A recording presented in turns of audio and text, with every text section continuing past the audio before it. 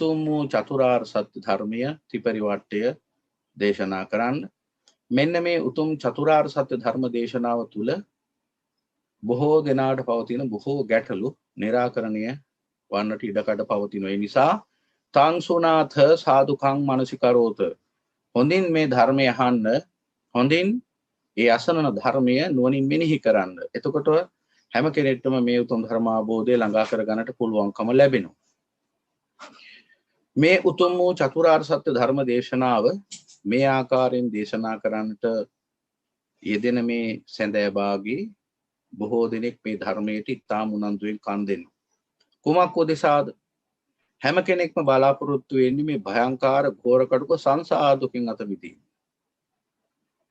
එතකොට ඒ අසිරිමත් වූ සම්මා සම්බුදු පියාණන් වහන්සේ මීට වසර දහස් ගානකට පෙර මේ මනුලොව පහළ වෙලා මේ උත්තරීතර ධර්මය දේශනා කොට වදාළේ. අන්නේ සසර බයෙන් යුක්ත සසර දුක්ඛ ස්කන්ධය කරපින්නාගෙන භවයෙන් භවයට සැරිසරන අසරණ අනාථ සත්වයාට පිහිටක් ලබා දෙන්නට. එතකොට මේ ධර්මය අසා අවබෝධ කළ හැක්කක්ද නොහැක්කක්ද? හොඳින් අසා අවබෝධ කරන්නට පුළුවන් ධර්මයක්. හැබැයි මනාකොට සවන් දෙන්නට ඕන. ප්‍රධාන වශයෙන් දැන් අපි නොදන්නා ගමකට යන පාරක් කවුරු හරි කියනවා නම් අපි කොච්චර වමනාවෙන් මේ පාර අහගෙන ඉන්නවද? එහෙනම් මේ නිවනට යන මාර්ගයේ දේශනා කරද්දිත් ඊට වඩා උනන්දුවෙන්, මොකද මේ සංසාරේ පුරාම හිව්ව මාර්ගය, වසර කෝටි ගණන් පාරමිතා පුරමින් සෙව්ව මාර්ගය තමයි දේශනාව වෙන්නේ. ඒ දේශනාව මේ ලෝකයට දේශනා කරන්නේ අසිරිමත් වූ සම්මා සම්බුදු පියාණන් වහන්සේ. ඒ උතුම් වූ ධර්ම චක්‍රය ප්‍රවර්තනය කරන්න. ඉන් අනතුරුව උන්වහන්සේගේ අනුගාමික බුද්ධ පුත්‍රයෝ ආර්ය ශ්‍රාවකයෝ තමයි ඒ දේශනා පවත්වාගෙන යන්නේ. එතකොට තථාගතයන් වහන්සේ මේ දේශනා කරපු ධර්මය අවබෝධ කළ හැක්කක්ද නොහැක්කක්ද කියන ප්‍රශ්නේ නිතර මතු කරන්නේ මුලදීත් ඒ ගැන සඳහන් කළේ සමාජයේ පවතින විවිධාකාර මතවාද ඛණ්ඩනය කරන්න. බොහෝ මිනිස්සු හිතාගෙන ඉන්නවා මේ අම්මා ධර්මය අවබෝධ කරන්නට බැහැ කියලා.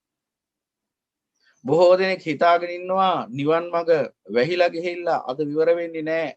ආයි ඒ උතුම් ශාසනික ප්‍රතිවේදය ලබන්න බෑ, මාර්ගඵල ලබන්න බෑ, කිසිවෙක්ට රාග දේශ මොහ දුරු කරගන්න බෑ, නිවනටපත් වෙන්නේ නැහැ, නිවන් මඟ වැහිලා ඉවරයි කියලා. මේ වගේ විවිධාකාර දෘෂ්ටිවාද මතවාද සමාජයේ පුරා පවතිනවා.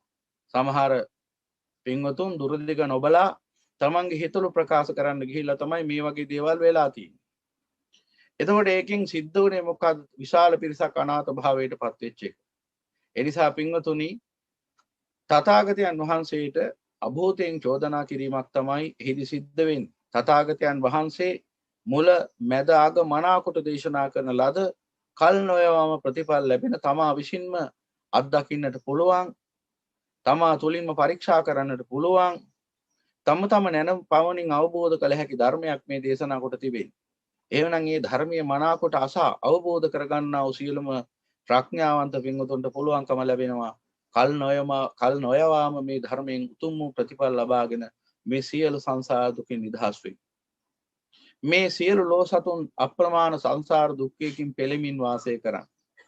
අප්‍රමාණ සංසාර දුක්ඛයක් මේ සසර තුල පවතින්නේ. මේ උපත සමගම සකස් වන ජාතිපත්‍යා ජරා මරණ ශෝක පරිදේව දුක්ඛ දෝමනස උපායාසා අනාදි වශයෙන් දක්වන්නා දුක්ඛ ස්කන්ධය තුල අනන්ත අප්‍රමාණ දුකක් සංගවී පවතින.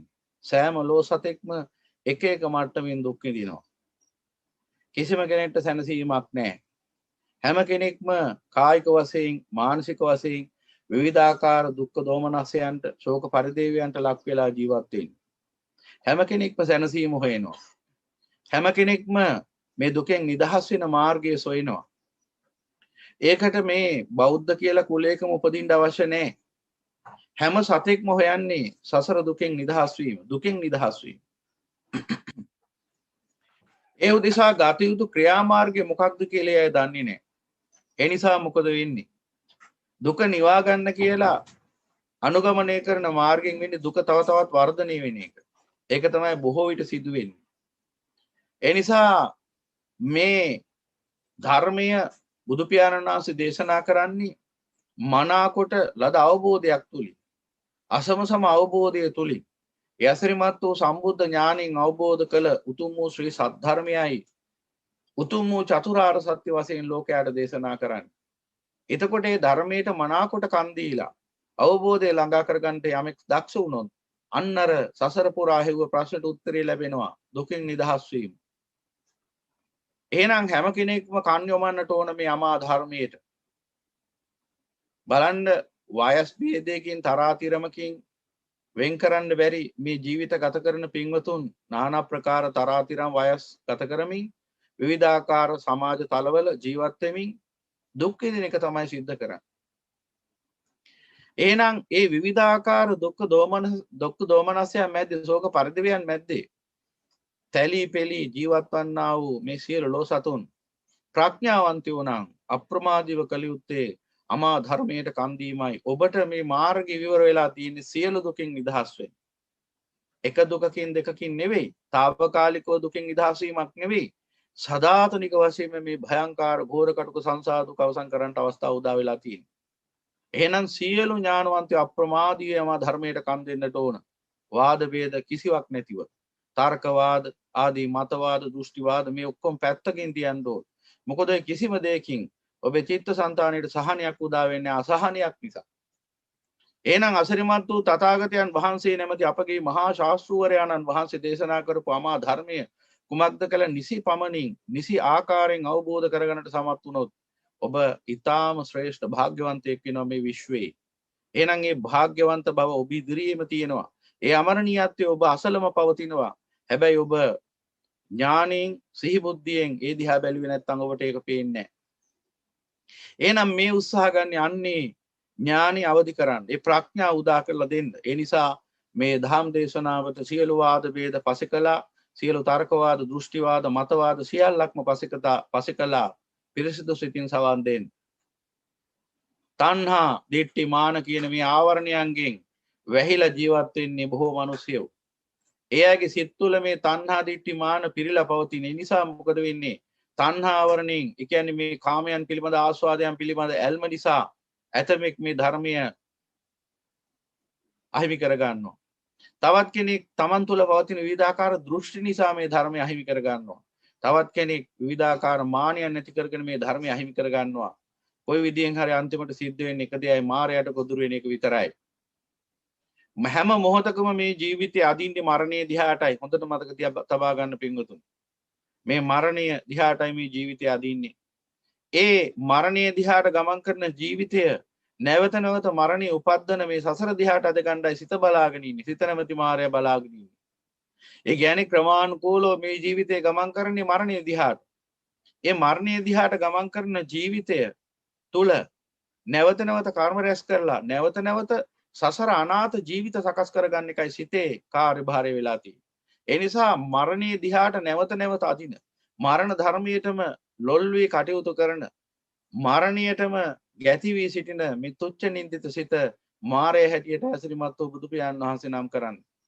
එහෙමනම් මෙන්න මේ මාරයා පරාජයට පත් කරන්න නම් මේ මාරයා ක්‍රියාත්මක වෙන්නේ කොහොමද? මේ මාරයාගේ ආහාරය මොකක්ද? මේ මාරයාගේ පැවැත්ම කෙබඳු තත්ත්වයන් යටතේද පවතින්නේ? මේ මාරයාගේ බලය කෙසේද සිඳින්නේ? මේ මාරයා කෙසේද দমনය කරන්නේ? මේ මාරයාව කෙසේද පරාජයට පත් කරන්නේ කියලා අපි අවබෝධ කරගන්නට ඕන. ඒකට නිකම්ම හිතුමතේ කටයුතු කරලා ඒ අවබෝධය ළඟා කරගෙන ඒ මාර විජයග්‍රහ මාරයා පරාජයට පත් කළ විජයග්‍රහණ ලබන්න හැකියාවක් නැහැ. ඒකට අපට අවශ්‍ය වෙනවා අසම සමූ අවවාදයක්, අසම සමූ අනුශාසනාවක්. ඒකට අපට අවශ්‍ය වෙනවා අසම සමූ මඟ පෙන්වීමක්. එහෙනම් පින්වතුනි ඔබ කොයිතරම් වාසනාවන්තද, අප කොයිතරම් වාසනාවන්තද? අපට ඒ උරුම වෙලා තිබෙන්නේ ඒ මේ විශ්වයේ පහළවන්නා යම්තාක් මහා ප්‍රඥාවන්තයෙක් ඇත්නම්, ඒ කියන්නේ යම්කිසි ඥානයකින් අගපැමිණි උතුමන් වහන්සේ කෙනෙක් ඇත්නම්, යම්කිසි ප්‍රඥාවකින් අගපැමිණෙන්නා වූ යම්කිසි බල පරාක්‍රමයකින් අගපැමිණෙන්නා වූ උතුමන් වහන්සේ කෙනෙක් ඇත්නම්, අන්නේ අසිරිමත් වූ මහා ශාස්ත්‍රූවරයාණන් වහන්සේගේ ඒ අසම සමූ සම්මා සම්බුදු පියාණන් වහන්සේගේ පිහිටයි ආශිර්වාදයයි මඟ පෙන්වීමයි අනුශාසනාව අපට ලැබිලා තියෙන්නේ. එහෙනම් ඔබ හිතන්නේ ඔබ කොයිතරම් පින් කරපු කෙනෙක් කියලාද? බොහෝ මිනිසයන්ට මේ බව වැටහෙන්නේ නැහැ. බොහෝ මිනිසයන්ට වැටහෙන්නේ තමන් කොච්චර පින් කළාද කියලා. මේ අසිරිමත් වූ සම්මා සම්බුදු පියාණන් වහන්සේගේ ශාසනික මිනිසෙක් වෙලා උපදින්න ඒ අමා ධර්මයේ ආශා අවබෝධ කරගන්න පුළුවන් මට්ටමේ ත්‍රි හේතුක ප්‍රතිසන්දියක් සහිතව ඒ මිත්‍යා දෘෂ්ටි නියත මිත්‍යා දෘෂ්ටියෙන් වෙන් වෙච්ච මනුෂ්‍ය කුලයක එබඳු කල්යාණ මිත්‍රයන් ඇසුරින් ජීවත් වෙන්න ඒ ධර්මය අසන්නට ලැබෙන අවස්ථාව සුළුපටු අවස්ථාවක් එහෙම නෙවෙයි පරම දුර්ලභ අවස්ථාව. සද්ධම්මෝ පරම දුර්ලභෝ සද්ධර්මයේ පරම දුර්ලභයි. එහෙනම් ඔබට මේ සද්ධර්මය මේ පරම දුර්ලභ සද්ධර්මය ඇතිපදන් අහන්න ලැබෙනවා නම් ඔබ කෙබඳු පිරිසක්ද? ඔබ පරම දුර්ලභ පිරිසක්. ඔබ දන්නේ නැතුණා. තමන්ගේ වටිනාකම තමන්ට තේරෙන්නේ නැති පිරිසක්. මම මේ කියන්නේ චෝදනා මුඛයෙන් යම්කිසි පිරිසකට මේක දැනෙනවා නම් ඒ අය අප්‍රමාදී වෙන්න ඕන. මම මේ කියන්නේ සියලුම දෙනාට නෙමෙයි. අති බහුතරයක් දෙනා ජීවත් වෙන්නේ තමන්ගේ මේ පරම දුර්ලභ වටිනාකම දන්නේ නැතුවයි. මේ විශ්වයේ අප්‍රමාණ ලෝක ධාතු අතර මහා සහසි ලෝක ධාතු අතර බුදුරජාණන් වහන්සේලා පහළ වෙන්නේ ඉතාම අල්ප වශයෙන්. එක මහා සහසි ලෝක ධාතුවකට එක සම්මා සම්බුදු පියාණන් වහන්සේ නමක් පහළ වෙන්නේ. ඒ මහා සහසි ලෝක ධාතුව ඇතුළේ චක්‍රාවාට බිලියනයක් කෝටි 100ක් පවතිනවා. එහෙනම් ඒ කෝටි 100ක් හෙවත් මේ මහා සහසි ලෝක ධාතුව ඇතුළේ කෝටි 100ක් වූ සක්වලේ එකම එක සක්වලක සම්මා සම්බුදු පියාණන් වහන්සේ පහළ වෙන මංගල චක්‍රාවාටේ. ඒ මංගල චක්‍රාවාටේ එකම දීපයක එකම දේශයක උන්වහන්සේගේ ධර්මයේ පැතිරෙනවා. ඒ ධර්මය අවබෝධ කරන්න පුළුවන් මට්ටමේ උසස් වූ ත්‍රි හේතුක ප්‍රතිසන්දියක් ලබාගෙන මිනිස්සෙක් වෙලා උපදිනවා කියන එක ධර්මයෙන් විග්‍රහ කරන්න ගියොත් බණ කියන එක පැත්තකින් තියලා ඒ පරම දුර්ලභ අවස්ථාව කියන්නේ ඇයි කියලා පැහැදිලි කරන්න ගියොත් අපේ ආයුෂ කිවිලෙයි. ඒ කාරණාව පැහැදිලි කරන්න බෑ. ඒ තරම්ම පරම දුර්ලභ අවස්ථාවක් මේ. කෙනෙක්ට මේ අවස්ථාවේ වටිනාකම කවදා හරි තේරෙනවා. මේ අවස්ථාවෙන් ප්‍රයෝජනෙ ගන්නේ නැතුව නිකරුණේ ජීවිතයේ අවසානයටපත් වෙලා මරණයට ගොදුරු වුණොත් අන්න එදාට තේරුම් ගන්නවා. හැබැයි එදාට තේරුම් ගත්තට පළක් නැහැ. ප්‍රමාදේ විතරයි. ප්‍රමාද වූවන්ට මරණය විතරයි උරුම වෙන්නේ. එහෙමනම් මේ අසිරිමත් වූ අමාමෑණී බුදු පියාණන් වහන්සේ දා චක්‍රාවාට දසදහසක් කම්පා කරමින් මේ උත්තරීතර වූ චතුරාර්ය සත්‍ය ධර්මයේ දේශනා කරනවා ලෝකයාට. ඒ දහම් සක් පැවතුම් සූත්‍රයේ ධම්ම චක්‍ර පැවතුම් ප්‍රවර්තන සූත්‍රයේ ධම්සක් පැවතුම් සූත්‍රය. මෙන්න මේ ධම්සක් පැවතුම් සූත්‍රය තමයි මේ උතුම් ධර්මයේ හරය වෙන්නේ. තථාගතයන් වහන්සේ ලෝසතුන් කෙරෙහි පතල මහා කරුණාවෙන් දේශනා කරන යම ධර්මයේ පදනම වෙන්නේ මේ උතුම් චතුරාර්ය සත්‍ය ධර්මය. මේ උතුම් ධම්සක් පැවතුම් සූත්‍රය. එහෙමනම් පින්වතුනි මේ ධම්සක් පැවතුම් සූත්‍රය නිසි ආකාරයෙන් අවබෝධ කරගන්නට අපි දක්ෂ වෙන්න ඕන, සමත් වෙන්න ඕන. ඒ උදෙසායි මේ වෑයම. අසිරිමත් වූ සම්මා සම්බුදු පියාණන් වහන්සේගේ උත්තරීතර ශ්‍රී පාදේ තැවරිච්ච දුහවිල්ලක් තරම්වත් නැති භික්ෂුවක් විසින් මේ ධර්මයේ දේශනා කරනවා. හැබැයි හැකි පමණින් ඔබට මේ ධර්මය දේශනා කරනවා, හැකි පමණින් ඒ අර්ථකථනය කරමින්, හැකි පමණින් ඒ අර්ථය විවරණය කරමින් ඔබට දේශනා කරන්න උත්සාහ ගන්න. සාකල්යෙන්ම පරිපූර්ණ දේශනාවක් නොවෙන්නට පුළුවන්. ඒ නිසාම මේ ලද අවස්ථාවෙන් අපි උපරිම ප්‍රයෝජන ගන්න අවශ්‍ය නිසා හැකි පමණින් විවරණය කරන්නා වූ මේ ධර්මය මන කොට සවන් දීලා පුළුවන් උපරිම ආකාරයෙන් අවබෝධ කරගන්න ඔබ දක්ෂ වෙන්න ඕන. මොකද සුවාසු දහසක් ධර්මස්කන්ධෙම දේශනා කරන්න භික්ෂූන්ට හැකියාවක් නැහැ. භික්ෂූන්ට හැකි වෙන්නේ තම තමන්ගේ නැන පමණින් ගෝචර කරගත්තා වූ ප්‍රත්‍යක්ෂයෙන් අත්දකින්නා වූ ධර්මයක් දේශනා කරන්න බුද්ධ ශ්‍රාවකයන්ට හැකි වෙන්නේ. එහෙනම් එපමණකින් දේශනා කරනව ධර්මයේ නමුත් කෙනෙක්ට රාග දේශ මොහ දුරු කරගෙන මේ භයංකාර ගෝර කටුක සංසාර දුකින් අත මිදෙන්නට උපකාර වෙනවා. ඒ නිසා පින්වතුනි, තං සුනාථ හොඳින් අහන්න මේ ධර්මය, සාදුකං මනසිකරෝත හොඳින් මේ ධර්මයට කන් දෙන්න. බුදුරජාණන් වහන්සේ ලෝකයට පහළ වෙලායි, මහා ශාස්ත්‍රවරයන් වහන්සේ ලෝකයට පහළ වෙලා ලෝක සත්‍යයට දේශනා කරන්නේ සියලුම දෙනාට සියලු කෙලෙස් නසාගෙන අරිහත් ඵලයටපත් වෙන්න කියලා නෙවෙයි. සියලුම දෙනාට උන්වහන්සේ දේශනා කරන්නේ උතුම් වූ චතුරාර්ය සත්‍ය ධර්මයේ අවබෝධ කරගන්න කියලා. කුමක් හේින්ද? ඒ උත්තරීතර චතුරාර්ය සත්‍ය ධර්මය අවබෝධ කරගත්තාම තමයි කෙනෙක් සතර පායෙන් නිදහස් වෙන්නේ. මේ සංසාරේ භයානකම පැත්ත සතර අපාය දුගතිය මේ දුගතියෙන් නිදහස් වෙන්න පුළුවන් කමක් ලැබෙනවා කෙනෙක් උත්තරීතුරු චතුරාර්ය සත්‍ය ධර්මය අවබෝධ කරගත්තාම මේ තුච්ච නින්දිත සිතේ ස්වභාවයක් පවතිනවා හැමතිස්සෙම මේ සිත දුගතිය පැත්තට බර වෙලා ඉන්නේ මේ සිතේ ස්වභාවය ඒකයි දුන්නිග්ගහස ලහුනෝ යත්තකාමනි පාතිනෝ මේ සිත දඬුවම් කරලා බයවත් ගන්න පුළුවන් සිතක් නෙවෙයි දඬුවමින් බයටපත් වෙන්නේ නැහැ මේ සිත මේ සිත හැමතිස්සෙම බර වෙන්නේ පාපයේ දෙසටයි බර වෙන්නේ කාමයේ දෙසටයි ඇයි එහෙම වෙන්නේ කියලා පොඩ්ඩක් කල්පනා කරන්න ඕන මේ භයංකාර සංසාරේ දුගතිය සහ සුගතිය කියලා ආකාර දෙකක් තියෙනවා මේන් බුද්ධ ධම්ම සංඝ නම් උතුම් වූ ත්‍රිවිධ රත්නයේ මුණ ගැහෙන්නේ උතුම් වූ සුගතිය තුලදී දුගතිය තුලදී බුද්ධ ධම්ම සංඝ කියන ත්‍රිවිධ රත්නයේ ඒ නාමයවත් අහන්න ලැබෙන්නේ නැහැ. එහෙමනම් මේ තුච්ච නින්දේ සිත විඥාන ධාතුවේ පැවැත්ම සෑම විටම ඒ ධාතු විසින්ම පවත්වාගෙන යන වැඩපිළිවෙලක් තුලයි පවතින්නේ. ඒ කියන්නේ ඒ විඥාන ධාතු සෑම විටම නැත්නම් සිත සෑම විටම තමාගේ පැවැත්ම තමා විසින්ම නිර්මාණය කරගෙන අරගෙන යනවා ඉදිරියට මේ ගමන. මෙන්න මේ විඥාන ධාතුවේ මෙන්න මේ පැවැත්මට ඊටාම උචිත තැන තමයි දුගතිය. මොකද සුගතියට වඩා දුගතිය පැවැත්ම දීර්ඝ කාලීනයි. දුගතියට පත් වුණොත් නැවත කල්ප කෝටි ගාණක් යනතුරු වසර කෝටි ගාණක් යනතුරු ආය කවදාවත් බුද්ධ ධම්ම සංඝ කියන ත්‍රිවිධ රත්නේ නාමයවත් අහන්න ලැබෙන්නේ නැහැ. එහෙමනම් ධර්මාබෝධයක් අවබෝධයක් ළඟා කරන්න හැකියාවක් නැහැ. නිසා හැමතිස්සෙම සිත දුගතියට පැන ගන්නට බලාගෙන ඉන්නවා. එහෙමනම් මෙන්න මේ දුගතිය සහ සුගතිය අතර දෝලණය වෙමින් යන ගමනේදී මේ සිත වැඩිපුරම අදින්නේ දුගතිය දිහාටයි. දුගතිය තමයි මරණය වැඩිපුරම තියෙන්නේ. සුගතියට වඩා දුගතිය මරණයෙන් මරණ දුකෙන් පරිපීඩිතයි.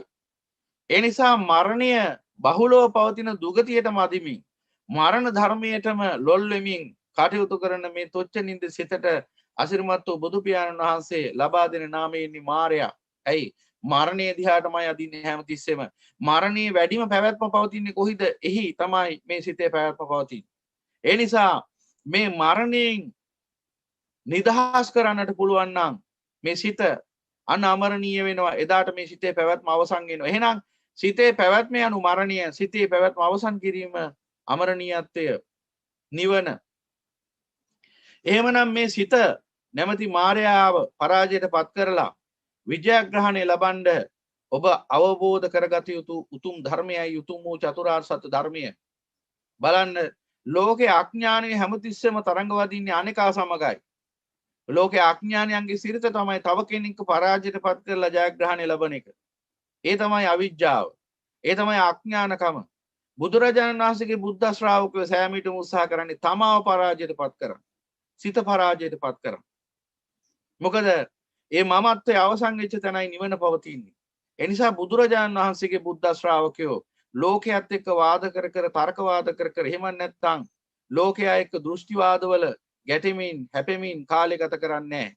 අත්තානන්තේ ගවේසසුකී නිරත්තං විහඤ්ඤසි.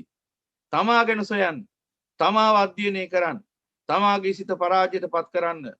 කින් නිරත්තං විහඤ්ඤසි අය වැඩකට නැති දේවල් වලට වෙහෙසෙන්නේ කියලා අසිරිමත් වූ බුදු පියාණන් වහන්සේ අපෙන් අහනවා. එහෙනම් අපි දක්ෂ වෙන්න ඕන මේ උතුම් ධර්මය අවබෝධ කරගෙන මේ භයානක සසර අනුතුරින් උවදුරින් නිදහස් වෙන්න.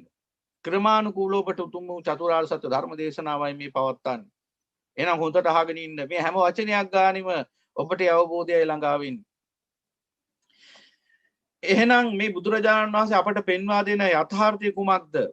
කෙනෙක්ගේ හිත මෙන්න මේ ආකාරයෙන් සෑම විටම අකුසලයට බර වෙලා ගමන් කරන මේ හිත කුසලයේ රඳවන්න පුළුවන් යම්කිසි න්‍යායක් පවතිනවා නම් කුසලයේම පවත්වාගෙන යන්න පුළුවන් යම්කිසි න්‍යායක් පවතිනවා නම් අන්නේ න්‍යාය ඉක්මනින් අවබෝධ කරගන්න කියලා උන්වහන්සේ අපට පෙන්නන්නේ. ඒ උතුම් න්‍යාය ධර්මයේ තමයි චතුරාර්ය සත්‍ය ධර්මය. ඒ උතුම් චතුරාර්ය සත්‍ය ධර්මයේ තුල පවතිනවා පටිච්ච සමුප්පාදේ නැමැති ඒ ධර්මතා ක්‍රියාත්මක වන්නා වූ න්‍යාය ධර්මය. එහෙනම් පටිච්ච සමුප්පාදය චතුරාර්ය සත්‍යය කියන්නේ දෙකක් නෙවෙයි. ත්‍රිලක්ෂණීය වශයෙන් දේශනා කරන්නේ ඒ උතුම් ධර්මයේම ලක්ෂණ තුන. ඒ නිසා ත්‍රිලක්ෂණීය චතුරාර්ය සත්‍ය පටිසමුපාදය කියන්නේ තුනක් නොවේ. එකම ධර්මය. එකම ධර්මයක ආකාර තුනක් පරියාය තුනක්. දැන් මෙතෙක් ගෙවිච්ච කාල පරාසය තුල අපි විවිධාකාර වශයෙන් උතුම් වූ චතුරාර්ය සත්‍ය ත්‍රිලක්ෂණීය පටිසමුපාදය පිළිබඳව යම් යම් විග්‍රහයන් සිද්ධ කරලා තියෙනවා. ඒ නිසා මේ දේශනාවට සවන් දෙන බොහෝ පින්වතුන් ඒ පිළිබඳව මනාවකට දැනුවත් වෙලා ඉන්නේ. අලුතෙන් මේ දේශනාවට යම් සවන් දෙන යමෙක් ඉන්නවා නම් ඒ අයගේ පහසු අවබෝධය පිණිසත් අපි මේ දහම් කාරණා මතු කරමින් මේ දේශනාව පවත්වනවා. බුදුරජාණන් වහන්සේට අවශ්‍ය වෙන්නේ මේ ලෝක සත්‍යයට මේ අථාබෝධය පහළ කරලා දීලා ඔවුන්ගේ මෙන්න මේ සිත තුළ පවතින මේ අභිරහස් ක්‍රියාවලිය තේරුම් කරලා දීලා සිත නැමැති මායාවෙන් නිදහස් කිරීම විමුක්තියට පත් කිරීම. පින්වතුනි ඔබට සැනසීම උදා කරගන්න නම් ඔබ කළ යුතු තිබෙන්නේ ඔබේම සිත පරාජයට පත් කිරීම. සිත දමනය කිරීම. ඒ සිත පරාජයට පත් කිරීමේ කාර්යය ආවට ගියාට කරන්න පුළුවන් වැඩක් නොවන නිසායි ඒ අවබෝධයෙන් කළ යුත්තක් නිසායි උතුම් වූ චතුරාර්ය සත්‍ය ධර්මය පාදක කරගත්ත පදනම් කරගත් අමා ධර්මයේ 84000 ධර්මස්කන්ධය වශයෙන් තථාගතයන් වහන්සේ දේශනා කළේ. හොඳට මතක තබා ගන්න යමක්. බුදුරජාණන් වහන්සේ ලෝකයට පහළ වෙන්නේ බුදුරජාණන් වහන්සේ ලෝකයේ තුල පහළ වෙන්නේ ලෝකයාට යථාබෝධය ළඟා කරලා දෙන්නයි. අසිරිමත් වූ බුදුදහම යනු අවබෝධයයි. අවබෝධයයි පඤ්ඤාන්ත සයන් ධම්මෝ නායන් ධම්මෝ දුප්පඤ්ඤාස මේ ධර්මයේ ප්‍රඥාවන්තයන්ටයි මේ ධර්මයේ අවබෝධයයි. දැන් අද ලෝකේ විවිධ රටවල අපට අහන්න ලැබුණ අපේ මේ පින්වතුන් හරහා ලෝකේ විවිධාකාර රටවල ධර්මයේ පැතිර යනවා කියන. මොනවද ධර්මයේ පැතිර යන්නේ කොහොමද ධර්මයේ පැතිර යන්නේ කියලා අහුවාම කියනවා භාවනා මධ්‍යස්ථාන වශයෙන් කියලා. ලෝකේ එක එක රටවල් වල භාවනා මධ්‍යස්ථාන මෙඩිටේෂන් කිව්ව ගමන් මතක් වෙන්නේ බුදුදහම. දැන් ඔබම කල්පනා කරන්න බුදුරජාණන් වහන්සේ ලෝකයාට මුලින්ම දේශනා කරපු මේ ධම්සක් පැවතුම් සූත්‍රය ධර්ම චක්‍ර ප්‍රවර්තන සූත්‍රය මේ සූත්‍රය ඇතුලේ තියෙන භාවනාවක් ගැනද මේ සූත්‍රයේ තියෙන අවබෝධය පිළිබඳ ඉඟියක්ද මේ සූත්‍රය තුලින් පෙන්වා දෙන්නේ කුමක්ද යථාර්ථය. එහෙනම් බුදුදහම යනු කුමක්ද යථාර්ථය අවබෝධ කර ගැනීම. කෙලස් වෙන්නේ කොහොමද යථාබෝධය තුලින්. එහෙම නැතුව ලෝකයා සම්මත කරගත්ත භාවනා ක්‍රම වේද වලින් නෙවෙයි. එහෙම හිතනවා නම් කෙනෙක් ඒතර ධර්මාබෝධයක් නැහැ. එහෙනම් අප්‍රමාදී වුණුත් උත්සාහ කරන්නට ඕනේ ධර්මාබෝධය ලබා ගන්න. යථාබෝධයයි බුදුදහම යනු. බුදුරජාණන් වහන්සේ දේශනා කරන යථාර්ථය අවබෝධ කරගන්නට අසමත් වුණොත් කොච්චර ලෝකේ ඔය තියෙන සම්මුතික භාවනා ක්‍රම අනුගමනය කළත් කෙනෙක්ගේ කෙලෙස් සමුච්ඡේද වශයෙන් පටිපස්සද්ද නිස්සරණ වශයෙන් සාමුලි සිද්ධිලා යන්නේ නැහැ. එහෙනම් ඒකට අවශ්‍ය කරන ප්‍රධානම ක්‍රමවේද වෙන්නේ අවබෝධයයි. අවබෝධයයි දැන් ඔබට පෙන්වන ඔය අවබෝධි තරම. ඒ අවබෝධය උතුම් වූ චතුරාර්ය සත්‍ය ත්‍රිපරිවට්ටය තුලින් අසිරිමත් වූ භාගතුන් වහන්සේ අපට දේශනා කොට වදාරනවා. ඒ උතුම් චතුරාර්ය සත්‍ය ධර්මයේ වට තුනකින් ත්‍රිපරිවට්ටයකින් අවබෝධ වෙන්න ඕන. ඒ උතුම් ධර්මය අවබෝධ වීම තමයි මේ යථාභූත ඥාන දර්ශනය කියලා මේ ධර්මයේ තුල හඳුන්වන ඒ ඉමහත් වූ ඥාන දර්ශනය වශයෙන් භාගතුන් වහන්සේ අර්ථකථනය කරන්නේ. එහෙමනම් පින්වතුනි මතක තියාගන්න උතුම් වූ අමා ධාම තුලදී කෙනෙක්ට ලැබෙන අවබෝධයයි අවබෝධයයි නැවත නැවතත් කියන අවබෝධයයි. එහෙමනම් ඒ ධර්මය මේ ආකාරයෙන් අපි විග්‍රහ කරගන්නවා. එදා ඒ අසිරිමත් වූ ශාන්තිනායක සම්මා සම්බුදු පියාණන් වහන්සේ උතුම් වූ සම්බුද්ධ ඥානය අත්පත් කරගෙන ඒ අසිරිමත් වූ සම්බුද්ධ පදවිය උරුම කරගෙන ලෝකයාට මුලින්ම ධර්මයේ දේශනා කරන්නට අදිෂ්ඨාන කරනවා. එහිදී උන්වහන්සේ තමන් වහන්සේ හා අවසාන ඒ කියන්නේ ඒ බුද්ධත්වයට සැරසෙන අවසාන කාලයේදී ඒ වීරිය වඩන කාලයේදී ඒ දුෂ්කර ක්‍රියා කරන කාලයේදී තමන් වහන්සේ සමගම තමන් වහන්සේට උපස්ථාන කරමින් හිටපු පස්වක මහණුන් වහන්සේලාව අරමුණු කරනවා මේ ධර්මය ඔවුන්ට මුලින්ම උන්වහන්සේලාට මුලින්ම දේශනා කළ යුතුයි කියලා. ඒ අනුව තමයි උන්වහන්සේ දා උරුවෙල් දනව්වේදී ඒ උත්තරීතර සම්මා සම්බුද්ධත්වයට පත් වෙලා ඉන් ටික කාලයකට පසුව ඇසල පුන් පොහොය දවසේ ඒ උතුම් මම ධර්මයේ දේශනා කරන්නට ඉසිපතනේ මෙගදාය බලා වැඩම කරන්නේ. ඒ ඉසිපතනේ මෙගදායේදා අපගේ පස්වක මහණුන් වහන්සේලා තොණ්ඩංජ වප්පබද්දිය මහානාම අස්සජී කියන උතුමන් වහන්සේලා සැදී පැහැදී සිටි හැබැයි උන්වහන්සේලා දැනන් හිටියේ නෑ තමන් වහන්සේ ලෙච්චර භාග්‍යවන්තයි කියලා. ඒ අසිරිමත් වූ ශාන්තිනායක සම්මා සම්බුදු පියාණන් වහන්සේ ගෞතම සම්මා සම්බුදු පියාණන් වහන්සේගේ මංගල ධර්ම දේශනාවට කන් දෙන්න උන් සූදානම්ෙන් ඉන්නේ කියලා උන්වහන්සේලා දැනගෙන හිටියේ නෑ.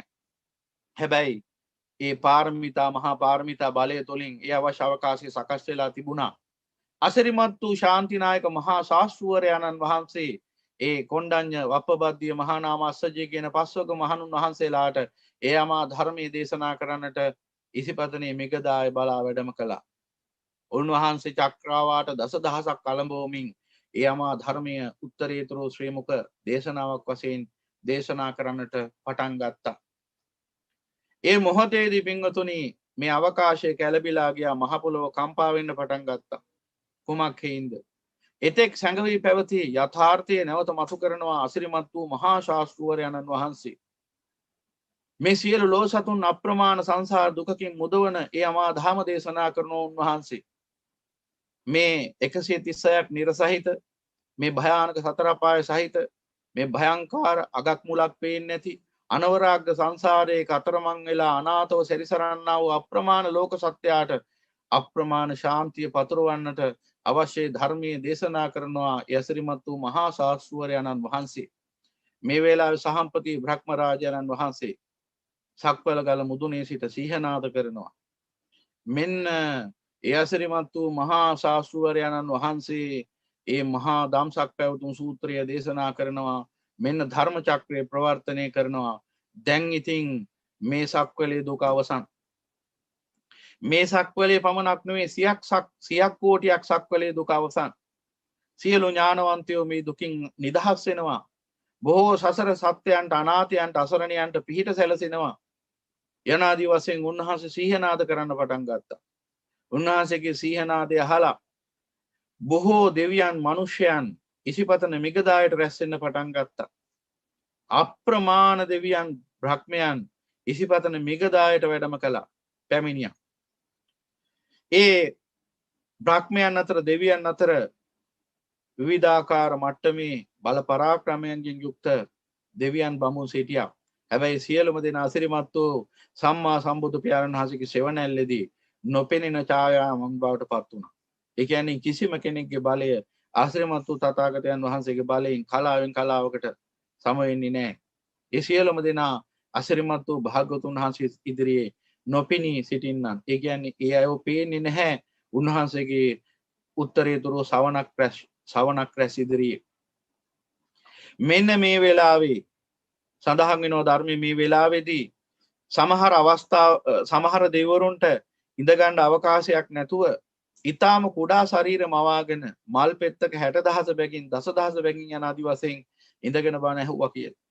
කෝටි ප්‍රකෝටි සතසහස ප්‍රමාණයක් දෙවියෝ බ්‍රහ්මයෝ එදා ඉසිපතන මිගදායට වැඩම කළා, පැමිණියා. තම තමන්ගේ යථාභූතය පහළ කරගන්නට සාංශාරික පාරමිතාව මගින් නොවුන ඒ ස්ථානට රැගෙන ඇවිත් තිබුණා.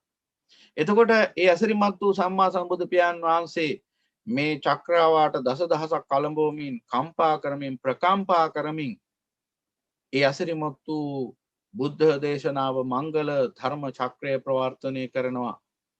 දේමේ භික්කවේ අන්තා පබ්බජිතේන නසේවිතබ්බා. උන්වහන්සේ මුලින්ම මේ සූත්‍ර දේශනාව, උත්තරීතර ධම්සක් පැවතුම් සූත්‍ර දේශනාව පවත්වමින් දේශනා කරන්නේ මොකද්ද? මේ අන්ත දෙකක් තිබෙනවා නොසිය යුතු. යෝචායන් කාමීසු කාමසු කල්ලිකාන් යෝගෝ හීනෝ ගම්මෝ පෝතු ජනකෝ අනරියෝ අනත්ථ සංහිතෝ ඒතේකෝ භික්කවේ උබෝ අන්තේ අනුපගම්ම මජ්ක්‍ධිමා පටිපදා තථාගතේන අபிසම්බුද්ධා චක්කුකරණී ඥානකරණී උපසමාය අභිඥාය සම්බෝධාය නිබ්බානාය සංවත්තති. යෝචායන් අත්තකිලමතාන් යෝගෝ දුක්ඛෝ අනරියෝ අනත්ථ සංහිතෝ ඒතේකෝ භික්කවේ අන්තෝ ඒතේකෝ භික්කවේ උබෝ අන්තේ අනුපගම්ම මජ්ක්‍ධිමා පටිපදා තථාගතේන අபிසම්බුද්ධා චක්කුකරණී ඥානකරණී උපසමාය අභිඥාය සම්බෝධාය නිබ්බානාය සංවත්තති. යනාදී වශයෙන් උන්වහන්සේ අසිරිමත් වූ බුද්ධ දේශනාව ආරම්භ කරනවා. උන්වහන්සේ මුලින්ම මොකද්ද පෙන්වලා දෙන්නේ? මේ වෙනකොට ලෝකයේ හිටපු විවිධාකාර ඥානවන්තයෝ, ඒ අය නිවන් ශාන්තිය හෙව්ව අය, විමුක්තිය සෙව්ව අය, නමුත් දෘෂ්ටිවාදී, විවිධාකාර දෘෂ්ටි සහිතයි. ඒ දෘෂ්ටීන්ගෙන් තමයි යොවුන් ඒ විමුක්තිය සෙව්වේ. යථාබෝධය තුලින් නෙමෙයි දෘෂ්ටි වලින්. තම තමන්ට හිතෙන විදිහට හදාගත් අදහස්. තම තමන්ට හිතෙන විදිහට අදහස් හදාගෙන ඒ අදහස් තුලින් විමුක්තිය හොයන. මෙන්න මේ වගේ ක්‍රමයක් ඒ වෙනකොට තිබුණේ. ඒ නිසා ප්‍රධාන වශයෙන් අන්ත දෙකක් හැදිලා තිබුණා. එකක් ඇවිල්ලා කාමසුකල්ලිකානු යෝගයේවත් මේ කාමයේ තුලින් විමුක්තිය උදා කරගන්න පුළුවන්, සැපේ උදා කරගන්න පුළුවන් කියන මතය.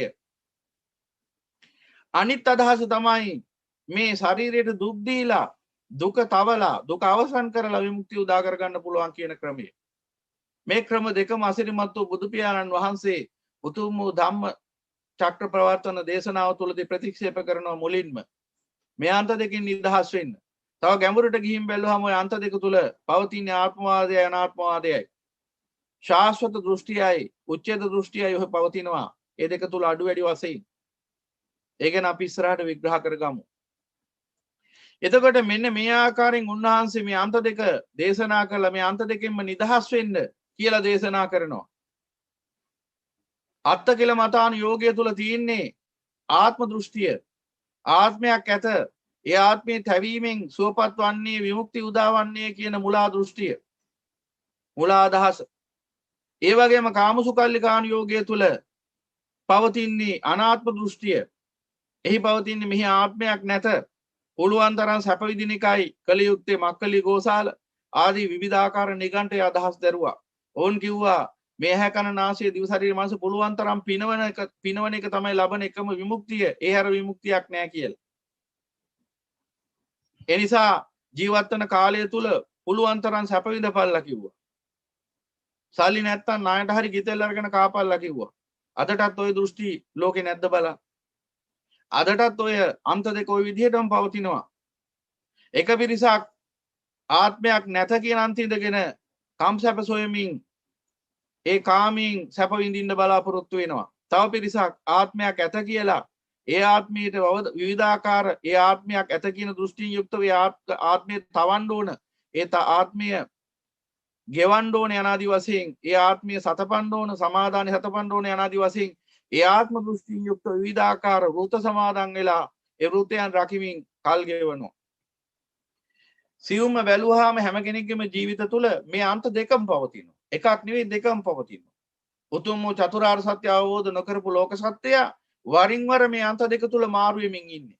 එක වෙලාවකට කාමසුකල්ලිකාන යෝගයට වැටෙනවා. තව වෙලාවක අත්තකිලමතාන යෝගයට වැටෙනවා.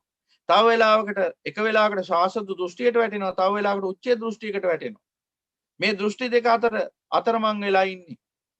ශාස්ත්‍රත දෘෂ්ටියෙන් යුක්තව පින්දහන් රැස් කර ගන්නවා. උච්ඡේද දෘෂ්ටියෙන් යුක්තව පව්කම් සිද්ධ කරනවා. යනාදි වශයෙන් මේ භව තණ්හා විභව තණ්හාවෙන් දෙපැත්තට ඇදී ඇදී ඉන්නවා.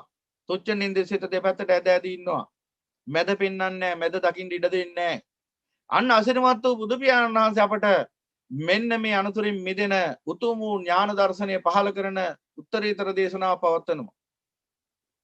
එහෙනම් මොකද්ද උන්වහන්සේ අපට ඒ උතුම් වූ චතුරාර්ය සත්‍ය දේශනාව ආරම්භ කරමින්ම දේශනා කරන පෙන්වා දෙන කාරණාව? ලෝක සත්‍යය එතෙක් නොදැන සිටි යථාර්ථය.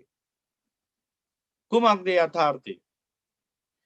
එදා අස්සජී මහරහතන් වහන්සේ අතරමඟ වැඩම කරන වේලාවක, මහා මාර්ගයේ වැඩම කරන වේලාවක අපගේ අග්‍ර ශ්‍රාවක උතුමන් වහන්සේ ගිහි අවදීදී උපතිස්ස පිරිවැජ්ජයන්න් වහන්සේ සත්‍ය සොයමින් ඒ මාර්ගයේම ඉදිරියට එනවා.